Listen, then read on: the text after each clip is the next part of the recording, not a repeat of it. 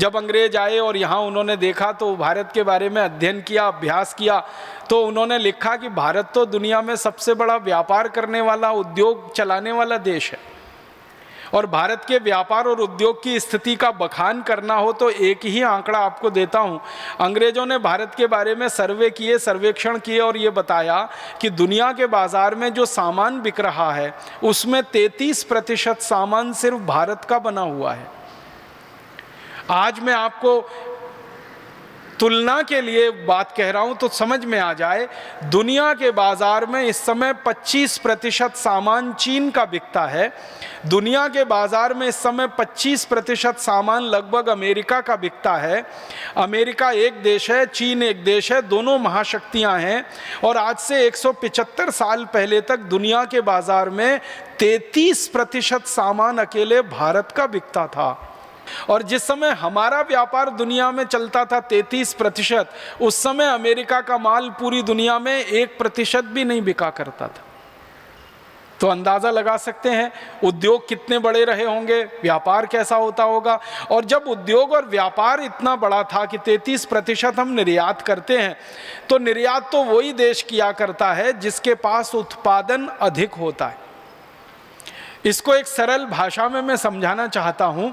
हम हमारे घर में खीर बनाते हैं और पड़ोसी को खिलाते हैं। कब? जब अपना पेट भर चुका होता है तब।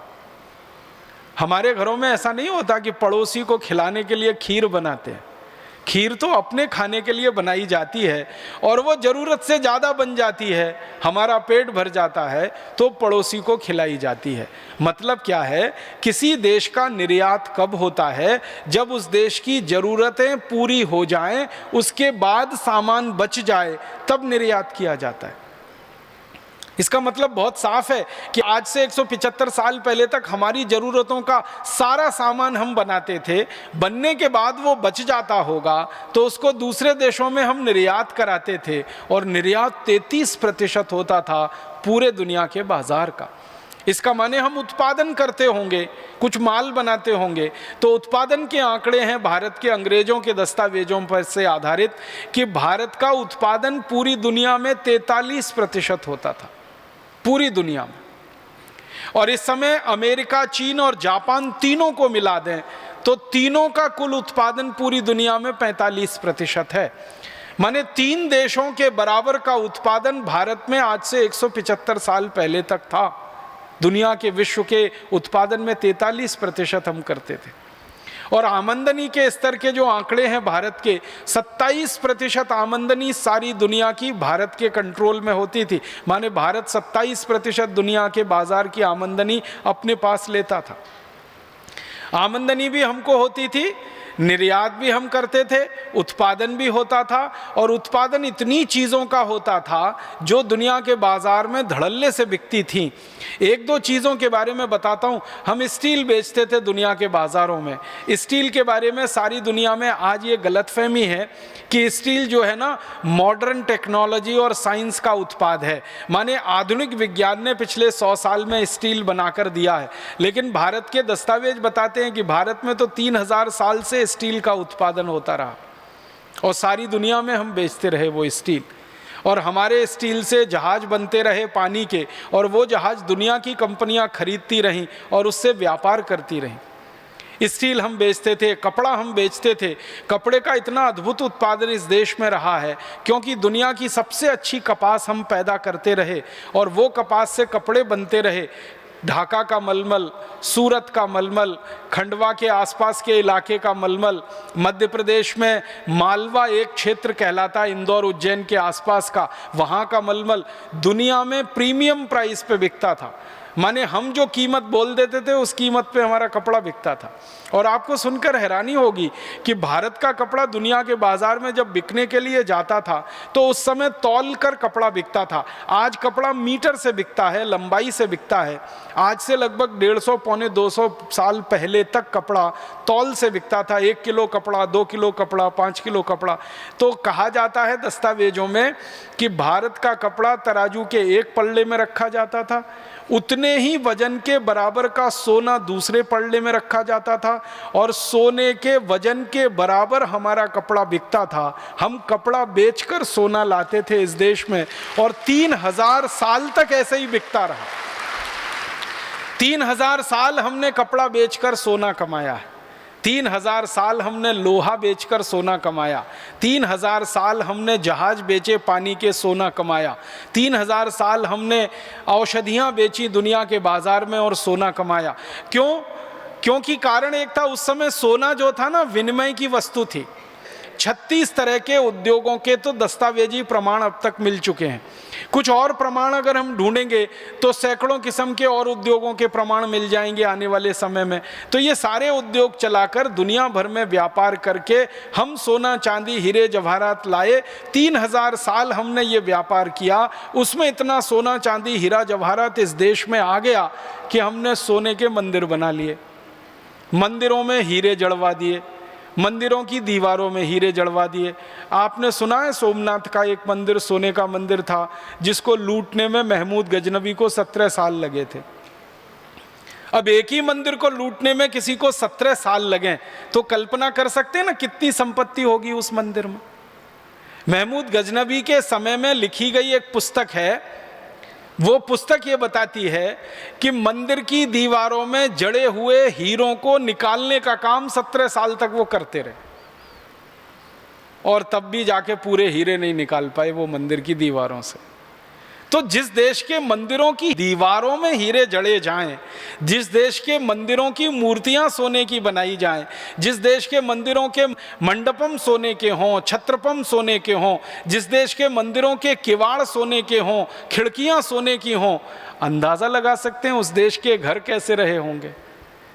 अंग्रेजों के जो इतिहासकार रहे हैं वो बताते हैं कि भारत में जब वो घूमने के लिए आते थे तो किसी घर में खाना खाने के लिए जाते थे तो वो कहते हैं कि घरों में जाते थे तो सोने के सिक्कों का ढेर लगा मिलता था। ये जो अंग्रेजों का एक बड़ा अधिकारी रहा ना टीवी मैकॉले, जिसने भारत की शिक्षा पद्धति बदली, कानून पद्धति बदली, न्याय पद्धति बदली, वो खुद कहता है कि वो जब भी भारत के किसी व्यक्ति के घर में गया सोने के सिक्कों का उसने ढेर देखा और जब उसने पूछा कि ये सोने के सिक्के कितने हैं तो जो भारतीय व्यक्ति उसने कहा गिने नहीं है क्योंकि हमारे पास फुर्सत नहीं है गिनने की, हम तो तौल कर रखते हैं सोने के सिक्के। इसलिए सारी दुनिया की नज़रें भारत पर टिकी रहीं और इसलिए भारत के बारे में अंग्रेजों ने एक उपमा दी कि ये सोने की चिड़िया है, ये सोने की चिड़िया है। तो ये सोने की चिड़िया मतलब सोने से भरपूर, चांदी हीरे जवाहरात मोती माणिक से भरपूर देश रहा। ऐसा देश था। अगर ऐसा देश था तो संपूर्ण स्वदेशी और स्वावलंबी ही रहा होगा, उसके अलावा ये देश बन नहीं सकता ऐसा। तो उसकी खोज जब हम लोग करते हैं आजकल और आगे भी करते रहेंगे तो पता चल रहा है कि इतना स्वदेशी और स्वावलंबन इस देश में रग रग में भरा हुआ था कि ये देश अद्भुत बना। अब मैं मूल बात पे आ रहा हूं कि भारत का ये जो स्वावलंबन और स्वदेशीपन था ये आया कहाँ से? तो ये आया हमारी ग्रामीण अर्थव्यवस्था में से। अंग्रेजों के आने के पहले तक भारत की अर्थव्यवस्था को दो हिस्सों में बांटकर अगर हम देखें तो एक थी नगरीय अर्थव्यवस्था और एक थी ग्रामीण अर्थव्यवस्था। जो ग्रामीण अर्थव्यवस्था थी वो मूल में थी और नगर की जो अर्थव्यवस्था थी वो ग्रामीण अर्थव्यवस्था पर आधारित हुआ करती थी। मतलब सीधे शब्दों में कहूं तो गांव हमारे संपूर्ण स्वावलंबी हुआ करते थे और नगर हमारे गांव के ऊपर निर्भर हुआ करते थे। मतलब सीधा सा ये है कि गांव में उत्पादन होता था और नगर में जाकर वो बिका करता था। गांव कैसे हुआ करते थे? जिन अंग्रेज इतिहासकारों ने भारत की ग्रामीण अर्थव्यवस्था पर अध्ययन किया है और जिन अंग्रेज शासकों ने भारत की ग्रामीण अर्थव्यवस्था को तोड़ा है, दोनों के आधार पर मैं बात करता हूं आपसे। कुछ अंग्रेज ऐसे आए जिन्होंने भारत की पूरी ग्रामीण अर्थव्यवस्था को तहस नहस कर दिया, तोड़ दिया। उनमें से एक अंग्रेज था, उसका नाम था डलहौजी, जिसके बारे में मैं बहुत बार कह चुका हूं। ऐसे ही एक अंग्रेज था विलियम वेंटिंग, जिसने भारत की ग्रामीण अर्थव्यवस्था को पूरा तार तार कर दिया। तो जिन अंग्रेजों ने भारत की ग्रामीण अर्थव्यवस्था को तोड़ा, उन्होंने भारत में क्या देखा गांव में, और जिन अंग्रेजों ने भारत की ग्रामीण अर्थव्यवस्था पर अध्ययन और अभ्यास किया इतिहासकार के रूप में, उन्होंने क्या देखा भारत के गांव में, तो वो मैं उनके ही शब्दों में सुनाता हूं। एक अंग्रेज इतिहासकार लिख रहा है भारत के गांव के बारे में। वो ये कह रहा है, भारत के बहुत सारे गांवों में गया, अध्ययन किया, और अध्ययन करने के बाद वो पहला एक वाक्य लिखता है गांव के बारे में कि भारत के गांव में बाहर से सिर्फ एक चीज आती है और वो है नमक। फिर से सुनिएगा, अंग्रेजी में लिखा हुआ कोटेशन है, उसका मैं हिंदी कर रहा हूं। वो ये कह रहा है कि भारत के गांव में बाहर से बस एक ही चीज आती है, वो है नमक, और बाकी सब चीजें गांव से बनकर शहरों में जाती हैं, नगरों में जाती हैं। तो नमक एक ऐसी चीज है जो भारत के गांव में आया करती थी बाहर से, बाकी कोई वस्तु भारत के गांव में नहीं आया करती थी। ऐसा अंग्रेजों के 200 इतिहासकार अपनी किताबों में लिख रहे हैं। कुछ नहीं आता था, सब भारत के गांव में होता था, गेहूं, चना, चावल, दाल, मटर। और एक अंग्रेज इतिहासकार ने तो बड़ी मेहनत की है कि भारत के एक एक गांव में क्या क्या होता था उसकी सूची बनाई है। तो आप हैरान हो जाएंगे, एक एक गांव में 2-2 हजार से ज़्यादा वस्तुएं पैदा होती थी। गेहूं, चना, चावल, दाल, मटर, तो ये तो उंगलियों पे गिने जाने वाले नाम है ना। ऐसी 2000 से ज़्यादा वस्तुएं भारत के अधिकांश गांवों में पैदा हुआ करती थी। और गांव कितने थे इस देश में? लगभग 7,50,000 के आसपास गांव थे अंग्रेजों के आने के पहले। और इन गांवों में उत्पादन की 2-2 हजार चीजें जब हुआ करती थी, उन्हीं चीजों से हमारे देश में उद्योग चला करते थे। आपको ये बात तो समझ में आती ही होगी, क्योंकि आप में से कई ग्रामीण क्षेत्र के लोग होंगे, कि मूल उत्पादन जो होता है, जिसको आधुनिक अर्थशास्त्र में कहते हैं प्राइमरी प्रोडक्शन, जिससे उद्योग चलते हैं, जैसे कपास का उत्पादन मूल उत्पादन है, उसको आधुनिक भाषा में हम कहते हैं प्राइमरी प्रोडक्ट कपास। जैसे गेहूं का उत्पादन मूल उत्पादन है, उसको कहते हैं प्राइमरी प्रोडक्ट। चने का उत्पादन मूल उत्पादन है। हमारे देश के गांव में मूल उत्पादन होने वाली 2000 से ज्यादा वस्तुएं थी। अब उनका संशोधन और प्रोसेसिंग करके शहरों में सामान जाने के लिए तैयार होता था। तो गांव में उत्पादन का बड़ा भारी तंत्र था। गांव में कपास से लेकर हर तरह की चीज पैदा होती थी। गांव में कपास होती थी, कपास का सूत बनता था, सूत का कपड़ा बनता था, कपड़ा बाजारों में बिकता था, शहर के बाजारों में बिकता था, यूरोप के बाजारों में बिकता था। इसी तरह गांव में रेशम होती थी, रेशम के उत्पादन से सूत बनता था, उस सूत से रेशमी कपड़ा बनता था, वो रेशमी कपड़ा दुनिया भर के बाजारों में बिका करता था। तो गांव की अर्थव्यवस्था को थोड़ा हम अध्ययन करते हैं। मैं इसके विस्तार में नहीं जाना चाहता, संकेत में कह रहा हूं कि हर तरह की चीज गांव में पैदा होती थी। याद रखना आप, 2000 वस्तुएं भारत के गांव में थी, जिनमें 90 खनिज और अनाज का अगर गिनना शुरू करें तो सैकड़ों किस्म के अनाज, और उसके अलावा बनने वाला कपड़ा, बनने वाली रस्सी, बनने वाली सुतली, ये सब गांव में होता था। और ये सारा काम जो गांव में होता रहा, इसको करने के लिए लोग कौन थे? हमारे देश में कारीगर लोग हुआ करते हैं, वो गांव समाज के सबसे अभिन्न अंग थे। भारत की ग्रामीण अर्थव्यवस्था 150 साल पहले तक ऐसी थी कि 18 किस्म के कारीगर सभी गाँव में होते थे। सब गाँव में लोहे का काम करने वाले लोहार, सोने चांदी का काम करने वाले सुनार, कपड़े को बुनने वाले बुनकर, रुई आदि कपास को सूत बनाने वाले धुनकर, तेल निकालने वाले तेली, ऐसे बांस का और लकड़ी का काम करने वाले बढ़ई, ऐसे 18 किस्म के कारीगर सब गांव में होते थे। तो ऐसे कारीगरों पर आधारित, किसानों पर आधारित बहुत खूबसूरत गांव की व्यवस्था इस देश में चला करती थी। और एक बात बताऊं कि भारत में अंग्रेजों ने बहुत अध्ययन किया है गांव की न्याय व्यवस्था पर और गांव की चिकित्सा व्यवस्था पर। तो पता चलता है कि भारत की सारी न्याय व्यवस्था ग्राम पंचायत आधारित हुआ करती थी। गांव पंचायतें लगा करती थी और उनमें बड़े से बड़े फैसले हुआ करते थे। और ऐसे पंचायतें लगा करती थी, 1 गांव की पंचायत, 5 गांव की पंचायत, 10 गांव की पंचायत, 20 गांव की पंचायत। झगड़ा जितना बड़ा, पंचायत उतनी बड़ी। ये मूल सिद्धांत होता था। झगड़ा जितना छोटा, पंचायत उतनी छोटी। और गांव में ये जो सरपंच और पंचों की व्यवस्था होती थी, ये पूरी न्याय व्यवस्था का ही हिस्सा होती थी, और उसमें सारे झगड़े, सारे फैसले हुआ करते थे। और महत्व की बात ये होती थी कि उन झगड़ों और फैसलों में वादी भी संतुष्ट होता था, प्रतिवादी भी संतुष्ट होता था, क्योंकि न्याय करने वाला व्यक्ति निष्पक्ष होता था और वो धर्म की कसम खा के न्याय किया करता था। तो न्याय व्यवस्था में हम स्वावलंबी थे, उत्पादन में और उद्योग में हम स्वावलंबी थे, और इसी तरह से गांव की चिकित्सा व्यवस्था चला करती थी। लगभग इस देश के हर गांव में कम से कम एक वैद्य होता था और हर 5 गांव में एक सर्जन होता था। ये 1860 तक की कहानी है भारत की। भारत के हर गांव में एक वैद्य जो जड़ी बूटियों से चिकित्सा करे, और हर 5 गांव के बीच में एक सर्जन जो जरूरत पड़ने पर सर्जरी करे। और सर्जरी गंभीर से गंभीर, जैसे किसी का कान कट गया, जैसे किसी की नाक कट गई तो कान को जोड़ देना, नाक को जोड़ देना, किसी के शरीर के अंग का कोई एक बड़ा हिस्सा गल गया, सड़ गया, जल गया, उस हिस्से को दूसरे जगह से चमड़ा उतार कर ट्रांसप्लांट कर देना, जिसको आज हम राइनोप्लास्टी कहते हैं अंग्रेजों की भाषा में, वो भारत की ग्रामीण अर्थव्यवस्था का महत्वपूर्ण अंग थी। हर 5 गांवों के बीच में एक सर्जन था इस देश में। हड्डी जोड़ने वाले हाड़ वैद्य हुआ करते थे, और वो हाड़ वैद्य तो अभी भी इस देश में दिखाई देते हैं।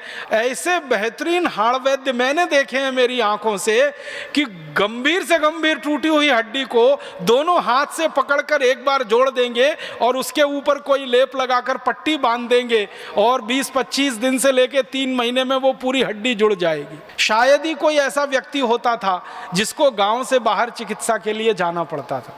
और बच्चों का जन्म कराना हो तो इसके लिए तो भारत में ऐसी अद्भुत व्यवस्था रही है कि हर घर की मां गायनोकोलॉजिस्ट से कम नहीं रही इस देश में। मैंने ऐसी माताओं को देखा है इस देश में, दक्षिण में, उत्तर में, पूरब में, पश्चिम में, कि बच्चे का जन्म इतनी आसानी से करा देती हैं कि कोई अच्छा से अच्छा गायनोकोलॉजिस्ट नहीं करा सकता उस काम। स्त्री रोग विशेषज्ञ जो होते हैं ना, उनको भी तकलीफ आ जाती है। ऐसी माताओं को मैंने देखा अपनी आंखों से बच्चों का प्रसव कराते हुए, और सब घर में लगभग ऐसी माताएं हुआ करती थी। एक घर में न मिले तो पड़ोसी के घर में तो आराम से मिला करती थी। तो बच्चों के जन्म हो या उनके दूसरे बीमारियां हो या बड़े होने पर बीमारियां हो, सब तरह की चिकित्सा व्यवस्था इस देश में थी।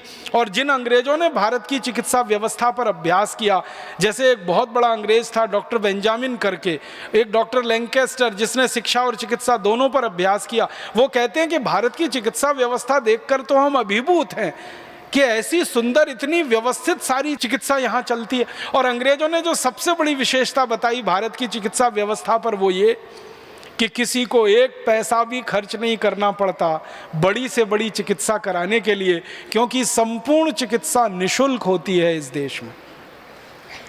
तो आप बोलेंगे फिर वैद्यों का काम कैसे चलता था, सर्जनों का काम कैसे चलता था? उनका भी तो जीवन होता है, रोजी रोटी उनकी भी होती है।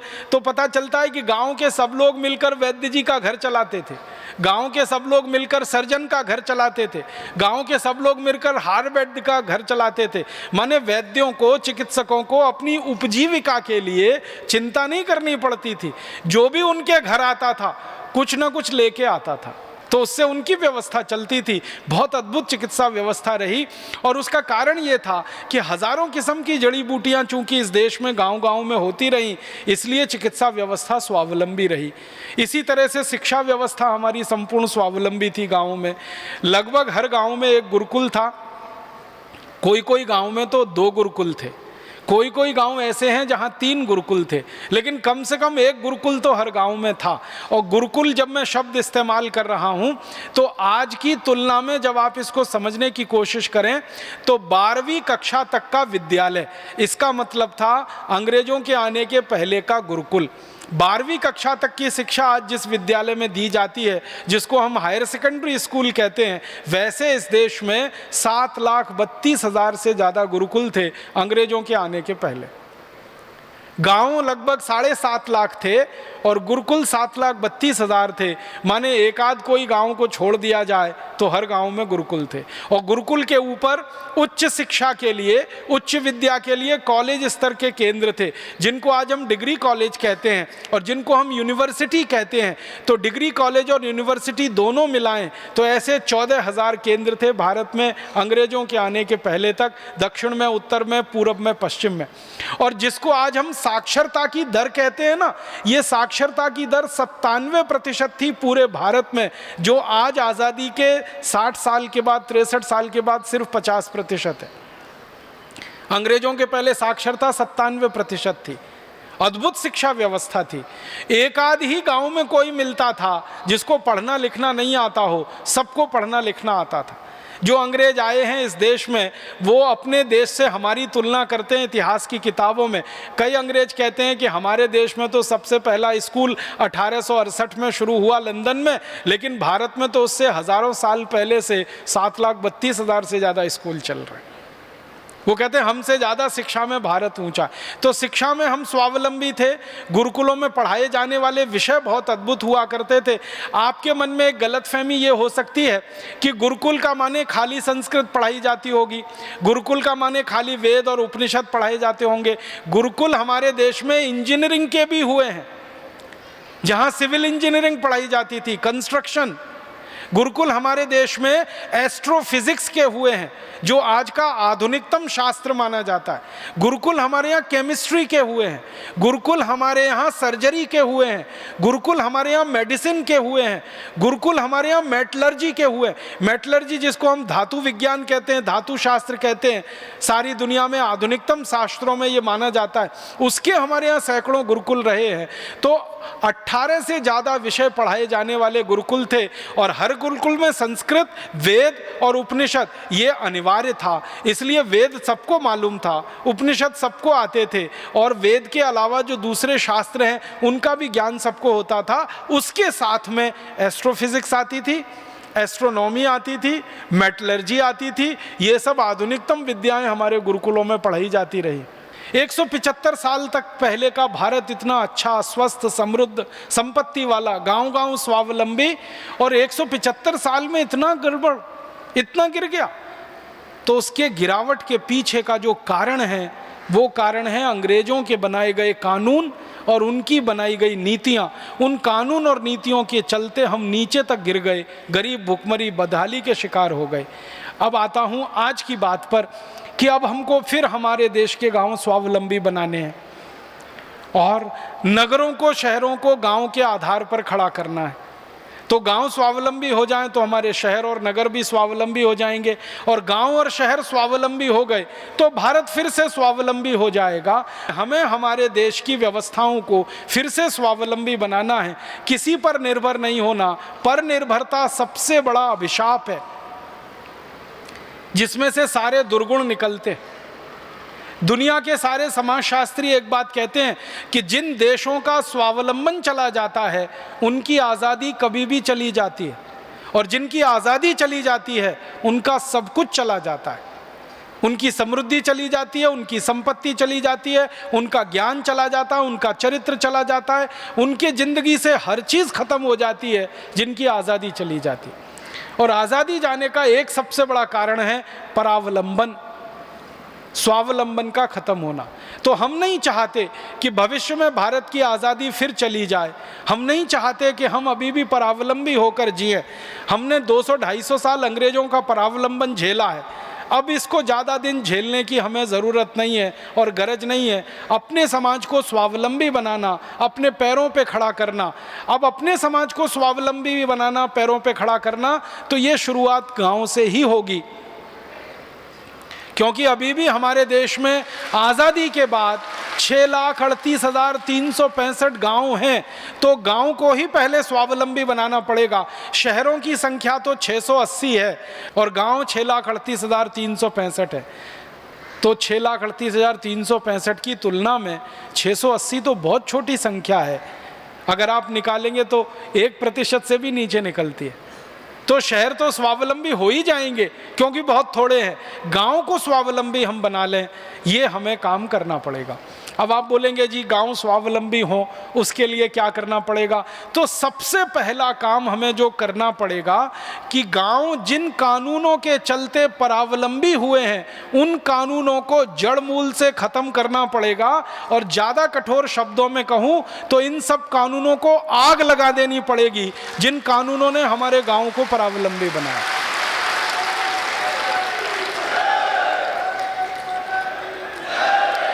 आप अगर मुझसे पूछेंगे कि गांव के परावलंबन को खत्म करने के लिए, स्वावलंबन बढ़ाने के लिए सबसे पहले कौन सा कानून खत्म होना चाहिए, तो मैं कहूंगा लैंड एक्विजिशन एक्ट सबसे पहले खत्म होना चाहिए।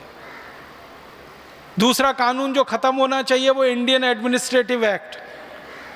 तीसरा कानून खत्म होना चाहिए गांव के स्वावलंबन के लिए इंडियन पुलिस एक्ट जो अंग्रेजों के समय के, आईपीसी, सीआरपीसी, सीपीसी। और मैं बहुत दुख के साथ कहता हूं कि अंग्रेजों के समय के ऐसे 34,735 कानून हैं जिन्होंने हमारे गांव को जकड़ रखा है, पकड़ रखा है, छोड़ते नहीं है वो गांव को स्वावलंबी होने के लिए।